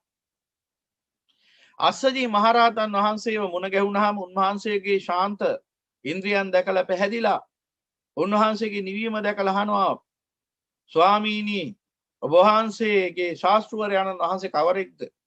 ඔබ වහන්සේ අනුගමනය කරන ධර්මයේ කුමක්ද? යනාදි වශයෙන් ප්‍රශ්න කළාම ඒ අස්සජී මහරහතන් වහන්සේ උපතිස්ස මහා පිරිවැජ්ජයන්න් වහන්සේ නොහොත් අනාගත අග්‍ර ශ්‍රාවක උතුමන් වහන්සේට එක ගාථාවකින් ධර්මයේ දේශනා කරනවා. "යේ ධම්මා හේතුප්පවා තේසං හේතු තථාගතෝ ආහ. තේසංචයෝ නිරෝධෝය වංවාදි මහා සමනෝ." මේ ගාථාව අහලා ඉවර වෙනකොටම උපතිස්ස පිරිවැජ්ජයන්න් වහන්සේ සෝවාන් ඵලයේ පිහිටනවා. කුමක් හේින්ද? ඇයි එහෙම වුනේ කියලා ඔන්න දැන් නුවණින් පරීක්ෂා කරන්න ඕන කවුරු? යථාර්ථය තේරුම් ගන්න පුළුවන් එතකොට කාටත්. දැන් අර ඉස්සෙල්ලම භාග්‍යතුන් වහන්සේ ධම්සක් පැවතුම් සූත්‍රය ආරම්භ කරමින්ම දේශනා කළා දේමේ භික්ඛවේ අන්තා පබ්බජිතේන සේවිතබ්බා. අර දෘෂ්ටි දෙකකට වැටිච්ච ආත්ම දෘෂ්ටියටත් අනාත්ම දෘෂ්ටියටත් එහෙම නැත්නම් ශාස්ත්‍ර දෘෂ්ටියටත් උච්ඡේද දෘෂ්ටියටත් ගොදුරු වෙච්ච ඒ ලෝකයාට ඒ දෘෂ්ටි දෙකෙන් නිදහස් වෙන්න තමයි උන්වහන්සේ ඉස්සෙල්ලම අනුදැන වදාරන්නේ. එහෙනම් ඒ දෘෂ්ටි දෙකෙන් නිදහස් වෙන්න නම් මධ්‍ය පෙන්වලා දෙන්න ඕනේ. දෘෂ්ටි දෙකටම අහු වෙන්නේ නැති යම්කිසි දහමක් ඇත්නම් අන්නේ ධර්මයේ පෙන්වලා දෙන්න ඕනේ. ඒ අසිරිමත් වූ දහම තමයි එදා අස්සජී මහරහතන් වහන්සේ අර විදියට පෙන්වුව එක ගාථාවකින් අග්‍ර ශ්‍රාවක උතුමන් වහන්සේ වන්නට මහා පාරමිතා බලය තිබිච්ච අපගේ පිරිවැජියාණන් වහන්සේ උපතිස්ස පිරිවැජියාණන් වහන්සේට ක්ෂණිකව ඒ ධර්මය අවබෝධ වුණේ ඇයි? ඒ මහා පාරමිතා බලය නිසා. උන්වහන්සේ උග්ගටිතඥයි, මහා ප්‍රඥයි. ඒ උන්වහන්සේගේ මහා ප්‍රඥා භාවයට ඒක ඒ මට්ටමින් ඒ මොහොතේදීම තේරුණාට අපට එබඳු ප්‍රඥාවක් නැති නිසා අපට ඒක කිව්ව සැනින් වැටහෙන්නේ නැහැ. අපිට ඒ ගාථා උද්දේශ නිर्देश පටිනිදේශ වශයෙන් විග්‍රහ කරගන්නකොට අන්න වැටහෙන්න ගන්නවා මොකද්ද මේ පෙන්වා දෙන යථාර්ථය කියලා. එහෙනම් හොඳට මතක තියාගන්න පින්වතුනි, මේ සමස්ත ධම පුරාම පෙන්වා දෙන්නේ එක යථාර්ථයක්. යථාර්ථයන් දෙකක් තුනක් නෑ, එකයි තියෙන්නේ. මාර්ග එකයි තියෙන්නේ. යථාර්ථය කිව්වහම යථාර්ථය ආපහු විකල්ප නෑ. එකම පරම යථාර්ථයක් පවතින ලොව. ඒ යථාර්ථය දකින්න බැරි කමින් තමයි මේ භයංකාර සංසාරේ අනාථ සත්වයක් නිර්මාණය වෙන්නේ, දුක් විඳින. එහෙනම් අන්නේ යථාර්ථයයි පෙන්වා දෙන්නේ මේ සෑම සීල ආකාරයෙන්ම. දැන් මම ඔබට උත්සාහ ගන්නේ උතුම් වූ චතුරාර්ය සත්‍ය ධර්මයේ තුලින් අසිරිමත් වූ බුදු පියාණන් වහන්සේ පෙන්වා දෙන යථාර්ථය අර ගාථාවේ ඇතුළත් වෙන ආකාරය පෙන්වා දෙන්න. අද වෙනකොට මේ රටේ විතරක් නෙවෙයි ලෝකේ වෙනත් රටවල් වල ගිහි පැවිදි පින්වතුන්, විශේෂයෙන් බෞද්ධයයි කියා ගන්නා වූ පින්වතුන් පවා දෘෂ්ටිවාදවල හිර වෙලා ඉන්නවා. ආත්මයක් ඇත කියලා කෙනෙක් කියනවා, ආත්මයක් නැත කියලා තව කෙනෙක් කියනවා. ඒ කියන්නේ කෙනෙක් කියනවා මම කියලා කෙනෙක් නැහැ කියලා. තව කෙනෙක් කියනවා මම කියලා කෙනෙක් ඉන්නවා කියලා. තව කෙනෙක් කියනවා කිසිවක්ම නැහැ කියලා. රූපය, වේදනාව, සංඥාව, සංකාර, රූප වේදනා සංඥා සංකාර විඥාන යන පංච උපාදානස්කන්ධය ගැන විග්‍රහ කරද්දී සමහර කෙනෙක් කියනවා මේ රූපය කියලා එකක් ඇත්තේම නැත, උදා වෙලාම නැත, ඇති වෙනකොට මේක නැති වෙලාය කියලා. යනාදී වශයෙන් සබ්බං නත්ති කියන අන්තයට වැටෙනවා කෙනෙක්. තව කෙනෙක් සබ්බං අත්ති අනාදී වශයෙන් ශාස්ත්‍ර දෘෂ්ටියෙන් කොටු වෙනවා. මේ විදිහට ගත්තාම විවිධාකාර දෘෂ්ටිවල ඉන්නේ. විවිධාකාර මහා ප්‍රචණ්ඩ වාදිවාද ඇති වෙලා තියෙන්නේ ඒකයි. බුදුරජාණන් වහන්සේගේ ශ්‍රාවකයෝ කියන්නේ කවුද? ප්‍රඥාවෙන් ධර්ම විමර්ශනය කරන පිරිස්නේ. ඇයි ගහමරා ගන්නේ මේක? සංසාරේ වසර කෝටි ගාණක් තිස්සේ පාරමිතා පෙරුවේ. තමන්ගේ අවබෝධය හෝ දැනුම එක්ක තව කෙනෙක්ගේ අවබෝධය දැනුම පරීක්ෂා සංසන්දනය කරමින් ගහමරා ගන්නද? එතනම පවතින අවිජ්ජාව අනවබෝධයයි. ඒ නිසා මෙන්න ධර්මයේ දකින්න, මේ ධර්මය අසිරිමත් වූ බුදු පියාණන් වහන්සේගේ මිසක් මේ භික්ෂූන්ගේ නෙවෙයි. යම් භික්ෂුවක් ඒ ධර්මයේ දේශනා කළාම ඒක ඒ භික්ෂුවගේ දේශනාවක් වශයෙන් යමෙක් අර්ථකථනය කරලා බැහැර කරන්න කියනවා නම් ඔබ කල්පනා කරන්න ඕන ප්‍රඥාවෙන් එබඳු මිනිසයන්ගේ තරම ගැන. මොකද බුදුරජාණන් වහන්සේගේ ධර්මයේ බුදුරජාණන් වහන්සේගේ මිසක් භික්ෂූන්ගේ නෙවෙයි. ඒ බව හොඳට සිහි කරගන්න ඕන. මොකද මේ කාරණා පැහැදිලි කරලා දෙන්නේ තථාගතයන් වහන්සේගේ ධර්මය නැගී සිටිනකොට, ප්‍රචලිත වෙනකොට ඒකට වලකපන්නේ අන්‍ය ආගමිකයෝ නෙවෙයි, අන්‍ය ජාතීන් නෙවෙයි, බෞද්ධයයි කියා ගන්නා පිරිසමයි. ඒකයි මෙතන තියෙන අවාසනාව. බුදුරජාණන් වහන්සේගේ ධර්මයේ මතුවෙනකොට කකුලෙන් අදින්නේ ආපසු වලට ඇදලා දාන්න උත්සාහ ගන්නේ අබෞද්ධයෝ නෙවෙයි, බෞද්ධයයි කියා ගන්නා පිරිසමයි. ඒකයි මෙතන තියෙන ලොකුම භයානකමකම. බුදුරජාණන් වහන්සේට එදා ගල් පෙරළුවේ සවැත් නුවර සාමාන්‍ය අමුඩයක් ගහගෙන ඉන්න ගොවිරාල කෙනෙක් නෙවෙයි, සිවුරක් ඇඳගෙන හිස මුඩු කරගෙන හිටපු භික්ෂුවක් දේවදත්ත. ඒ නිසා පින්වතුනි, මේ උතුම් ධර්මය බුදුරජාණන් වහන්සේගේ ධර්මයේ බව සිහි තබා ගන්න. මේ භික්ෂූන් කවුද? මේ භික්ෂූන්ගේ අනන්‍යතාවයක් හොයන්න අවශ්‍ය නැහැ ඔබ. භික්ෂූන් යනු බුදුරජාණන් වහන්සේගේ සූවිසි අසංඛ්‍යක් වූ ශ්‍රාවකයන් අතර එක්කෙනෙක් දෙන්නෙක් විතරයි. ඒ කියන්නේ භික්ෂූන් කියලා කියන්නේ අර මහා බුදුරජාණන් වහන්සේගේ අසමසම සෙවණැල්ලේ දුහවිලි අංශු. ඒ නිසා භික්ෂුව දිහා බලන්න එපා, ධර්මයේ දිහා බලන්න. ඔබට නිවන් දකින්න අවශ්‍ය නම් ඔබ කවුද හරි කියලා බලන්න එපා, කුමක්ද හරි කියලා බලන්න. ඔබ කවුද හරි කියලා බැලුවොත් ඔබ හැමදාම සංසාරේ යනවා. මොකද ඔබ භික්ෂුවට දෘෂ්ටිගත වෙනවා. බුදුරජාණන් වහන්සේ අපට දේශනා කරේ මහාන මාගේ ඇවෑමෙන් පස්සේ තොපගේ ශාස්ත්‍රවරයා වන්නේ මේ අමා ධර්මයයි ශ්‍රී සද්ධර්මයයි. අන්නේ ශ්‍රී සද්ධර්මයේ ගුරුවරයා කරගන්න. නමුත් අති බහුතරයක් දෙනා අදටත් උත්සාහ ගන්නේ සද්ධර්මයේ නැමැති ගුරුවරයා පැත්තකට විසි කරලා දාලා භික්ෂුව ගුරුවරයා කරගන්න. මට නැවත නැවතත් බුදුරජාණන් වහන්සේගේ නාමයෙන් සිහිපත් කරලා දෙන්නට සිද්ධ වෙනවා. භික්ෂුව යනු කල්යාණ මිත්‍රයෙක් පමණයි. භික්ෂුව යනු කල්යාණ මිත්‍රයා පමණයි. ඔබගේ ගුරුවරයා වන්නේ අමා දහමයි. බුදුරජාණන් වහන්සේගේ ශ්‍රී සද්ධර්මයයි ඔබේ ගුරුවරයා. ඒ නිසා කිසිම අවස්ථාවක කවුද හරි කියලා බලන්න එපා. කුමක්ද හරි කියලා බලන්න. කවුද හරි කියලා බැලුවොත් ඔබ අනාථ වෙනවමයි සංසාරේ. ආයෙ ගැන කිසිම වාදයක් නැහැ. මොකද කවුද හරි කියලා බැලුව ගමන් ඔබ ලෝකේ සාමාන්‍ය ඥානයක් තියෙන කවුරු හෝ පුද්ගලයෙක්ට දෘෂ්ටිගත වෙනවා. අසම සම මහා ප්‍රඥාවෙන් සියල්ල අවබෝධ කළ ඒ අසම සම වූ සම්බුද්ධ ඥානයෙන් දේශනා කරපු ධර්මය ඔබට මඟහැරිලා යනවා. ඒ නිසා බලන්න ඕන කවරෙක්ද හරි කියලා නෙමෙයි හැමතිස්සෙම බලන්න කුමක්ද හරි කියලා. අන්නේ කුමක්ද හරි කියලා ඔබ විමර්ශනය කරද්දී ඔබට මුණ ගැහෙන්නේ උතුම් වූ චතුරාර්ය සත්‍යයි. ඒ පොඩි පැහැදිලි කිරීම සිද්ධ කළේම අපට අහන්න දකින්න ලැබෙන දේවල් නිසා. අප මේ ධර්ම දේශනාව සිද්ධ කරන්නේ හෝ ඔබ සියලුම දෙනා මේ ධර්ම දේශනාවත් එක්ක ඒකාබද්ධ වෙලා මේ ධර්මයේ ශ්‍රවණය කරන්නේ හෝ ලෝකේ අල්ලගන්න නෙවෙයි ලෝකේ අත්හරින්න. ඒ නිසා ලෝකය අත්හැරගෙන යන ගමනකට අපට ලෝකයේත් එක්ක වාද විවාද අවශ්‍ය නැහැ. ඥානවන්තයෙක් නම් ඔබ කල යුත්තේ කවුද හරි කියන එක පැත්තකින් තියලා කුමක්ද හරි කියලා විමර්ශනය කරන එකයි. දැන් අපිට මම පෙන්වා දෙන්න ඕන ඒ මොකද්ද ඔබ දකින්න ඕනේ යථාර්ථය කියලා. ඒ කාරණාව පෙන්ලා දෙන්නයි මේ බව සිහිපත් කළේ. කුමක් හේින්ද අද වගේ මේ දත් බුදුරජාණන් වහන්සේ ලෝකේ පහළ වෙද්දිත් ලෝකේ විවිධාකාර දෘෂ්ටිවාදීන් හිටියා. එයයි ඥානෙ තිබිච්ච අය, ඥානෙ නැති අය නෙමෙයි. ඥානෙ තිබිච්ච පිරිස්. අඥානෙ එහෙම නෙමෙයි. ඥානෙ තිබිච්ච පිරිස්. නිගණ්ඨ නාථ පුත්‍ර ඇතුළු ඒ නිගණ්ඨ ශාස්ත්‍රවරු, ඊළඟට ඒ පරිබ්‍රාජකයෝ, ඊළඟට ඒ බමුණෝ මෝඩ මිනිසු නෙමෙයි. ඥානයක් තිබිච්ච අය. ඒ අය මෝඩය වෙන්නේ අමා ධර්ම අවබෝධ කරගන්න අදක්ෂ වෙච්ච නිසා. ඒ ධර්ම ඉස්සරහා මෝඩෙක් වුණාට ඔවුන් සම්මුතිය තුල ඥානවන්තයෝ, මහා පඬිතුයෝ, මහා බ්‍රාහ්මණයෝ, මහා නිගණ්ඨ ශාස්ත්‍රවරු, මහා පරිබ්‍රාජකයෝ, ඉහළ ඥානයක් තිබිච්ච අය. අපි මේ උතුම් ධර්මය පරීක්ෂා කරගෙන යනකොට අපට පේනවා ඒ විවිධාකාර අන්‍ය දෘෂ්ටි දරපු බොහෝ දෙනෙක් ඊටාම පහසුවෙන් අමා ධර්ම අවබෝධ කරගෙන අරියත් ඵලයේ පිහිටිය බව. ඔය අපගේ රහතන් වහන්සේලා පිළිබඳව සඳහන් වෙද්දී බොහෝ රහතන් වහන්සේලා පෙර විවිධාකාර දෘෂ්ටි ගත්තා වූ, විවිධාකාර ලබ්ධි ගත්තා වූ අන්‍ය පරිබ්‍රාජකයන් කරා ගිහිල්ලා හිටපු අය වැඩි ඕනේ නැහැ. අපේ අග්‍ර ශ්‍රාවක උතුමන් වහන්සේලා දෙන්නා පවා සංජය බෙල්ලටි පුත්ත කියන ශාස්ත්‍රවරයා ගාව හිටිය කාලයක්. එතකොට එහෙනම් ඔබ දකින්න ඕන ඒ දෘෂ්ටියට ගොදුරු වෙලා ඉන්නකම් කෙනෙක්ට ඒ ධර්මය අවබෝධ කරගන්න හැකියාවක් නැහැ. දෘෂ්ටිය බැහැර කරන්න. එහෙනම් එදා උපතිස්ස පිරිවැජ්ජානන් වහන්සේට අස්සජී මහරහතන් වහන්සේ පෙන්වා දීපු ඒ ගාථාව ඇතුලේ තියෙන මහා ගැඹුරු අර්ථය මොකක්ද?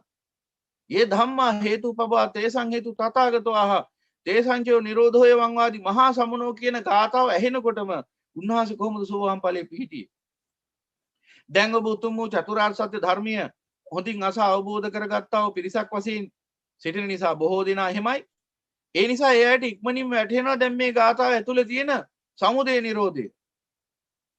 එහෙනම් එතනදී කෙනෙක්ට ටක් ගාලා ඒ කියන්නේ ඉක්මනින්ම අවබෝධයක් එනවා. මෙතන මේ කියන්නේ එහෙනම් මේ හේතුවකින් මේ ධර්ම සමුදය වෙනවා. ඒ වගේ මේ හේතු නිරෝධයෙන් මේ ධර්ම නිරුද්ධ වෙනවා. යංකින්චි සමුදය ධම්මං සබ්බන්තා නිරෝධ ධම්මන්ති කියන ඒ න්‍යාය ධර්ම. ඔව් ඒ න්‍යාය ධර්මයේ ඇතුළත්. හැබැයි ඒ න්‍යාය ධර්මයේ අවබෝධ වෙනවත් එක්කම අති ගැඹුරු කාරණාවක් අවබෝධ වෙනවා. අන්න ඒ කාරණාව අවබෝධ කරගන්නට අසමත් වනතුරු සසරේ සැරිසරන. මොකක්ද ඒ කාරණාව? ඒ වෙනකොට ලෝකෙ හිටපු බුදුරජාණන් වහන්සේ පහළ වෙනකොට ලෝකේ හිටපු බොහෝ ශාස්ත්‍රවරු බොහෝ කිව්වහම ඔක්කොම දෙනා කියන්න පුළුවන්. බොහෝ කියලා කියන වචනේ වැරදි. සියලුම දෙනා බුදු පියාණන් වහන්සේ හැරුණාම අනිත් සියලුම දෙනා දරපු දෘෂ්ටි ටිකක් තිබුණා. ඒ දරපු දෘෂ්ටි ටික තමයි අර චතුස්කෝටික තර්කණයෙන් පෙන්වා දුන්නේ. අපේ කවුරු හරි පින්වතෙක් ඒ ගැන තව ටිකක් පැහැදිලි කරන්න කියලා ප්‍රශ්නයක් යොමු කරලා තිබුණා. එක පිරිසක් හිතුවා මේ සසර ක්‍රියාවලිය තුල ආත්මයක් ඇත කියලා. තව කෙනෙක් ආත්මයක් නැත. තව කෙනෙක් ආත්මයක් ඇත්තේද නැත නැත්තේද නැත. තව කෙනෙක් ආත්මයක් නොමැත්තේද නැත නොම නැත්තේද නැත කියන මෙන්න මේ අන්තවල දෘෂ්ටිවල හිටියා. මේ හතරට තමයි චතුස්කෝටික තර්කණී කියන්නේ. කියන්නේ ලෝකේ තියෙන සේරම මිත්‍යා දෘෂ්ටි ටික ඔන්න ඔය තර්කන හතරින් අල්ල ගන්න පුළුවන්. ඔය හතරින් එකකට යට වෙනවා. කොටු වෙනවා. තථාගතයන් වහන්සේගේ අමා ධර්මයේ හැර ලෝකේ පවතින ඕනෑ මිත්‍යා දෘෂ්ටියක් ඔය චතුස්කෝටික තර්කණියට ඇතුළත්. තථාගතයන් වහන්සේගේ අමා දහම පමණයි විශ්වයේ එකම සම්‍යක් දෘෂ්ටිය. අනිත් සියල්ල මිත්‍යා දෘෂ්ටි. සම්මුතික වශයෙන් ලෝක සම්මුතිය තුල ලෝක වැඩපිළිවෙල තුල සුගතියට සම්‍යක් දෘෂ්ටියක් තියෙනවා. ලෞකික සම්මාදිට්ඨිය කියලා. ඒක අමා දහම ඉස්සර ආර්ය විනය තුල මිත්‍යා දෘෂ්ටි. ඒ නිසා බුදුරජාණන් වහන්සේගේ මේ අමා දහම උතුම් වූ චතුරාර්ය සත්‍ය ධර්මයේ හැර අන් සියල්ල මිත්‍යා දෘෂ්ටි. එහෙනම් ඒ සත්‍ය හතර ඇතුලේ මෙන්න මේ කියන යථාර්ථය ගැබ් වෙනවා. දැන් ඔබට ඒක තමයි පෙන්වලා දෙන්නේ. මීට ඉස්සෙල්ලත් ගිය සතියේ ඉස්සෙල්ලා සතියේ අපිට අවසාන වශයෙන් සිද්ධ කරන්න පුළුවන් වෙච්ච දහම් සාකච්ඡාවේදීත් අපි මේ කාරණාව මතු කළා. නැවත නැවත මේ බව සිහි කරලා තින්නේ ඇයි? මේ සියලු දුකෙන් ඔබව නිදහස් කරන්න. මේ සියලු දෘෂ්ටියෙන් ඔබව නිදහස් කරන්න. යේ ධම්මා හේතුප්පවා තේසං හේතු තථාගතෝ තේසංචෝ නිරෝධෝ එවං වාදී මහා සමුනෝ කියන ඒ ගාථාව ඇතුලේ තියෙන ගැඹුරු අර්ථය තමයි තථාගතයන් වහන්සේ මේ උතුම් වූ චතුරාර්ය සත්‍ය දේශනාව තුළින් මතු කරලා පෙන්වන්නේ. එතකොට උග්ගටිතඤ්ඤ උපතිස්ස පිරිවැජයන් වහන්සේට ඒ අර්ථය ක්ෂණිකව වැටහුණේ උන්වහන්සේගේ තිවිච්ච මහා ප්‍රඥාව නිසා. මොකක්ද ඒ අවබෝධ වෙච්ච කාරණාව? පොඩ්ඩක් ඒක මම විස්තර කරමින් විග්‍රහ කරන්නේ ඔබට ධාරණය කර ගැනීමේ පහසුව පිණිස. නැත්නම් එක් කර්මයක කියලා දැම්මම ගොඩක් වෙලාට වෙන්නේ ධාරණීය වෙන්නේ නැති එක. නිකම්ම දහම් කාරණාවක් වශයෙන් ඔහේ කනේ ගෑවිලා විසි වෙලා ගියා ඇතට. එච්චරයි වෙන්නේ ගොඩක් දෙනෙට. මොකක්ද ඒ අවබෝධ වෙච්ච විශේෂ කාරණාව? ඒ වෙනකොට ලෝකෙ හිටපු සියලුම දෙනා අන්නර චතුස්කෝටික තර්කණීට බැහැගෙන හිතන් හිටියා මේ සසර ක්‍රියාවලිය සිද්ධ කරන්නේ එක්කෝ සසර ක්‍රියාවලිය පවත්වාගෙන යන්නේ එක්කෝ සත්වයෙක් අර ආත්ම දෘෂ්ටිය තුල තිබුණ ආත්මයක් ඇත කියන දෘෂ්ටිය. ආත්ම ශාස්ත්‍ර දෘෂ්ටිය. ආත්ම දෘෂ්ටිය කියලා කිව්වේ මෙහි ආත්මයක් ඇත කියන එක. අනාත්මයි කිව්වහම මොකෙක්වත් නැහැ කියන එක නෙමෙයි. අනාත්මයි කිව්වහම හිතුවා සත්‍යයේ පුද්ගලයෙක් ඉන්නවා ඒ භවයට විතරක් අදාළ. මරණින් එයා කෙලවර වෙනවා කියන. ඒකයි උච්ඡේද දෘෂ්ටිය කිව්වේ. එහෙම නැතුව කිසිවෙක් නැහැ කියලා නෙමෙයි. එහෙනම් මේ ආත්ම දෘෂ්ටිය තුලත් අනාත්ම දෘෂ්ටිය තුලත් එහෙම නැත්නම් ශාස්ත්‍ර දෘෂ්ටිය තුලත් උච්ඡේද දෘෂ්ටිය තුලත් මෙන්න මේ දෘෂ්ටි දෙක තමයි මේ සියලු තරකන සකස් කරන ප්‍රධාන අන්ත දෙක. මෙන්න මේ දෘෂ්ටි තුල තියෙනවා අදහසක් මෙන්න මෙහෙම. මේ සසර ක්‍රියාවලිය මේ උපත සහ මරණය අතර ක්‍රියාවලිය පවත්වාගෙන යන්නේ සත්වයක් විසින්, පුද්ගලයෙක් විසින්, ආත්මයක් විසින් කියන මෙන්න මේ මිත්‍යා දෘෂ්ටි ටික. එක්කෙනෙක් හිතන් ඉන්නවා මේ සසර ක්‍රියාවලිය මේ උපත සහ මරණය අතර මේ ක්‍රියාවලිය නැවත නැවත පවත්වාගෙන යන්නේ මේ සසර ගමන නැවත පවත්වාගෙන යන්නේ සත්වයක් විසින් කියලා. තවත් කෙනෙක් හිතන් ඉන්නවා මේ සසර ක්‍රියාවලිය පවත්වාගෙන යන්නේ පුද්ගලයෙක් විසින් කියලා. තවත් කෙනෙක් හිතන් ඉන්නවා මේ සසර ක්‍රියාවලිය පවත්වාගෙන යන්නේ ආත්මයක් විසින් කියලා. ඒ නිසා මේ සත්ත්ව පුද්ගල ආත්ම දෘෂ්ටියෙන් නිදහස් වෙන්නට හැකියාවක් නැහැ. යථා ධර්මයේ නියමාකාරයෙන් නොදැක්කොත්. එතකන් හිතන් ඉන්නවා මම මේක කරනවා, මම විසින් මේක පවත්වාගෙන යනවා, මම සසර ගොඩ නගනවා, මම කරගත දේවල් මේ මම විඳින්නේ අනාදි වශයෙන් විශාල මිත්‍යා දෘෂ්ටික අදහස් ගොඩක් දරාගෙන ජීවත් වෙන්නේ. මම විසින් මේ දේ කරගෙන යනවා, සසර මම උපද්දනවා, අපි කරගත දේවල් අපිම විඳිනවා අනාදි වශයෙන්.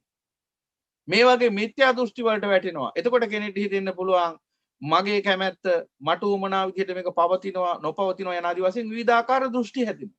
ඇයි ඒ? අන්නර මූල හේතුව දකින්න බැරිකම. මූල කාරණාව දකින්න බැරිකම. එතකන් කෙනෙක්ට හිතෙන්නේම සසර ක්‍රියාවලිය යනු සත්වයේගේ පුද්ගලයේගේ ආත්මයකගේ ක්‍රියාවලියක් බව. එහෙනම් එදා උපතිස්ස පිරිවැජියාණන් වහන්සේ ඒ ගාථාව අහනකොටම අවබෝධ කරගත යථාර්ථය මොකද්ද? උන්වහන්සේ ආත්ම දෘෂ්ටියෙන් නිදහස් වුණා. සක්කාය දිට්ඨියෙන් නිදහස් වුණේ කොහොමද? ඒ ගාථාව ඇහෙනකොට. ඒ ගාථාව ඇහෙනකොටම උන්වහන්සේ සක්කාය දිට්ඨියෙන් නිදහස් වුණේ.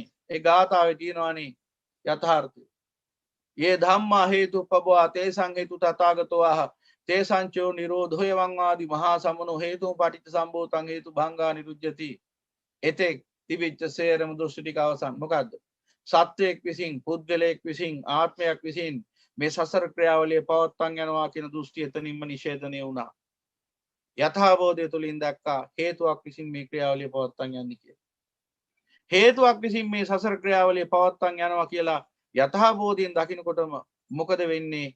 අන්නර සත්ත්ව පුද්ගල ආත්ම දෘෂ්ටි බිඳිලා යනවා. එහෙනම් උන්වහන්සේට ඒක එක ගාතාවකින් අවබෝධ කරගන්නට පුළුවන් වුණාට අපට ඒ ගාතාව අපට ඒ ගාතාව ඇසූ පැමිණින් අවබෝධ වෙන්නේ නැහැ. උද්දේශ නිද්දේශ පටිනිද්දේශ වශයෙන් විග්‍රහ කරද්දී අවබෝධ වෙන්නේ. එහෙනම් හොඳින් මේ ධර්මයට කන් දෙන්න. මේ උතුම් වූ ත්‍රිපරිවට්ට දේශනාව තුල විග්‍රහ වෙන්නේ ඒ පෙන්වා දෙන යථාර්ථය තමයි. අසිරිමත් වූ බුදු පියාණන් වහන්සේ පෙන්වා දෙන යථාර්ථය. ලෝක සත්‍යයට හැමතිස්සෙම තියෙනවා දෘෂ්ටියක්. මේ මම විසින් කරනවා, මා විසින් මේ පවත්වාගෙන යනවා යනාදී වශයෙන් මම මුල් වෙච්ච දෘෂ්ටියක්. ඒ මම මුල් වෙච්ච දෘෂ්ටිය තමයි සක්කාය දිට්ඨිය කියලා කියන්නේ. මේ රූපේට මමත්වයක් පනවලා, වේදනාවට මමත්වයක් පනවලා, සංඥාවට මමත්වයක් පනවලා, සංකාරයට මමත්වයක් පනවලා, විඥාණයට මමත්වයක් පනවලා මේ පංච උපාදානස්කන්ධය මම කියලා අරගෙන තියෙන දෘෂ්ටිය සක්කාය දිට්ඨිය. එතකොට මෙන්න මේ සක්කාය දිට්ඨියෙන් යුක්ත ලෝක සත්‍යය හිතනවා මේ දුක්ඛ ස්කන්ධය මම මගේ කියලා. බුදු පියාණන් වහන්සේ පෙන්වා දුන්නා වච්චගොත්ත වච්චගොත්ත පිරිවැජියන් වහන්සේ ඇවිල්ලා ඇහුව එක්තරා අවස්ථාවක බුදු පියාණන් වහන්සේගෙන් ප්‍රශ්න කිහිපයක්ම ඇසුවා. එක ප්‍රශ්නයක් ඇහුවා, ස්වාමීනි භාග්‍යතුන් වහන්සේ කවරෙක් විසින්ද මේ අචේල කස්සප කච්චායන ගොත්තාදී සූත්‍රවල තියෙන කවරෙක් විසින්ද මේ දුක නිර්මාණය කරන්නේ? තමා විසින්ද අනුන් විසින්ද? තමාත් නොවන අනුනුත් නොවන යම්කිසි වෙනත් අහේතුක බලපෑමක් විසින්ද යනාදී වශයෙන්. උන්වහන්සේ ඒ හැම අවස්ථාවකම මේ සියල්ල ප්‍රතික්ෂේප කරා. මේ දුක තමා විසින් නිර්මාණය කරන්නකුත් නොවේ, අනුන් විසින් නිර්මාණය කරන්නකුත් නොවේ. අන්නේ යථාර්ථය අතන තියෙන්නේ. ඒ ධම්මා හේතුපබව මේ සියලු දුක් හේතුවක් විසින් සමුදය කරන සකස් කරන. එහෙනම් මේ හේතුව පවතින තුරු මේ සසරේ දුක් විඳින සත්‍යයක් නිර්මාණය වෙනවා. එහෙනම් ඒ දුක් විඳින සත්‍යය නිර්මාණය කරන්නේ අන්නර හේතුව විසින්. එහෙම නැතුව මේ සත්‍යය නිර්මාණය කරන්නේ හෝ සත්‍යයක් වශයෙන් මේ පවතින මේ පංච උපාදානස්කන්ධ ක්‍රියාවලිය පිළිබඳ මේ තෘෂ්ණාව සහිත ක්‍රියාවලිය නිර්මාණය කරන්නේ දෙවියන් වහන්සේ නොවේ. ඒ සිද්ධ කරන්නේ විශ්වයේ කවුරු හරි මැවුම්කාරයෙක් විසින් නොවේ. විශ්ව බලධාරියෙක් විසින් නෙවෙයි. එහෙම කෙනෙක් නැහැ. අන්න ඒක තමයි අවබෝධ වුනේ අර ගාථාව තුලින්. එහෙම කෙනෙක් නැහැ, මැවුම්කාරයෙක් නැහැ, දෙවියන් වහන්සේ කියලා කෙනෙක් නැහැ.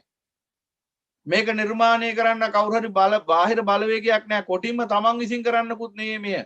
එහෙනම් හේතුවක් විසින් සිද්ධ කරන්න. එහෙනම් මෙන්න මේ හේතුව යම් චිත්තසංතානයක පවතින තුරු ඒ චිත්තසංතානය තුළ ගොඩනගෙන කර්ම ශක්තිය නැවත සත්‍යය සකස් කරනවා. ඒ සත්‍යයට ඒ භවය තුළ අනන්‍යතාවක් හම්බුනට සාංශාරික වශයෙන් අනන්‍යතාවයක් නැහැ. ඒකට හේතුව මොකද්ද? ඒකී අවිපරිණාමීය සත්‍යයක් නෙවෙයි. එහෙම කෙනෙක් නැහැ. මොහොතින් මොහොත ක්ෂණ මාත්‍රයක් පාසා, විඥාන මාත්‍රයක් පාසා තෘෂ්ණාවෙන් ගොඩනගෙන සකස් වන සත්‍යයක් මිසක් සසරේ සිට එහෙම පැවතිනා වූ ඒකීය සත්‍යයක් මෙහි නැහැ. එම් සත්ත්ව පරම්පරාවක් ඉන්නවා. හැබැයි මේ සත්ත්ව පරම්පරාව අතර අන්‍යෝන්‍ය වශයෙන් සම්බන්ධයක් නැහැ. එකිනෙකා අතර කර්මානුරූපව සම්බන්ධයක් පවතිනවා. ඒ කියන්නේ පෙරත් හිටියා මම, ඊට ඉස්සෙල්ලා හිටියෙත් මම යනාදී වශයෙන් මමත්වයෙන් රැහැණින් ගන්න බෑ මේ සත්ත්ව පරම්පරාව. ඒ සත්ත්ව පරම්පරාව කර්මානුරූපව සම්බන්ධ වෙලා ඉන්න එකිනෙකාට. කර්ම හේතුඵල වශයෙන් ඒ ඇරෙන්නට ඒ සත්වයන් අතර අන්‍යෝන්‍ය වශයෙන් සම්බන්ධයක් නැහැ. එහෙනම් අපි මේ සත්වයක් වශයෙන්, පුද්ගලයෙක් වශයෙන්, ආත්මයක් වශයෙන් වටිනාකමක් එක් කරලා නාම ගෝත්‍ර තුලින් මේ පවත්තන් යන්නා වූ මේ වැඩපිළිවෙල කුමක්ද? මේ වැඩපිළිවෙල තමයි දුක්ඛ ස්කන්ධය. බුදු පියාණන් වහන්සේ දේශනා කළේ කුමක්ද? හේතුවක් නිසා දුක්ඛ ස්කන්ධයක් සමුදය වෙනවා. හේතුව නිරෝධ කිරීමෙන් දුක්ඛ ස්කන්ධය නිරෝධ වෙනවා කියලා මිසක් හේතුව නිසා සත්‍යයක් උපදිනවා. හේතුව අවසන් කිරීමෙන් සත්‍යම යනවා කියලා නෙවෙයි. එහෙම එකක් උන්වහන්සේ දේශනා කළේ නෑ. ඒ ධර්මතාවලට ආත්මයක් පනවන්න බෑ. ඒ සමුදය ධර්ම වලට ආත්ම පනවන්න බෑ. ඒකයි කිව්වේ සබ්බේ ධම්ම අනාත්තා. මේ සියලු ධර්ම ආත්මීය සාරයෙන් තොරයි. මේ අවිජ්ජා පත්‍ය සංඛාරයන ආදි වශයෙන් ගොඩනැගින්නා වූ කිසිදු ඒ පටිසමුප්පාද ධර්මයක් තුල ඔබට ආත්මයක් දැකිය නොහැකි, සත්වයක් දැකිය නොහැකි, පුද්ගලයෙක් දැකිය නොහැකි කුමක් හින්දයක් ඒ සියලු ක්‍රියාවලීන්ට මුල් වෙන්නේ අවිජ්ජා නම් හේතුව නිසා. අවිජ්ජාව යනු සත්වයක් නෙවෙයි, පුද්ගලයෙක් නෙවෙයි, ආත්මයක් නෙවෙයි. අවිජ්ජාව යනු ධර්මයක්. එහෙනම් මේ සේරම ධර්ම සමුදය කරන මූල හේතුව අවිජ්ජාවයි. එහෙනම් කෙනෙක්ට සසර දුකෙන් නිදහස් වෙන්න නම් මෙන්න මේ යථාර්ථය අවබෝධ කරගන්න සිද්ධ වෙනවා. කුමක්ද යථාර්ථය? මෙන්න මේ අවිජ්ජාව නිසා සසර දුක ගොඩ නැගෙනවා. මේ අවිජ්ජාව නිරෝධ කිරීමෙන් සසර දුක අවසන් වෙනවා කියන යථාර්ථය. එහෙනම් අන්නේ අවබෝධය තුල පිහිටිය ආර්ය සත්‍ය හතරට කියනවා චතුරාර්ය සත්‍ය කියලා. එහෙනම් අපි දැන් මේ විග්‍රහ කරමින් පවතින්නේ අන්නේ උතුම් වූ චතුරාර්ය සත්‍යයි. හොඳින් අහගන්න. ඊට පස්සේ මේ දේශනාව අවසානයේදී ඔබට ඕනෑ තරම් ප්‍රශ්න අහන්න අවස්ථාව ලබා දෙනවා. ඒ නිසා මොනවා හරි නොතේරෙන තැනක් නොයැටෙන තැනක් තිබුණොත් නැවත ප්‍රශ්න කරන්න පුළුවන්කම තියෙනවා. හැබැයි මුලින් හොඳට ධර්මය අහගෙන ඉන්න. තං සුනාථ සාදුකං මනසිකරෝත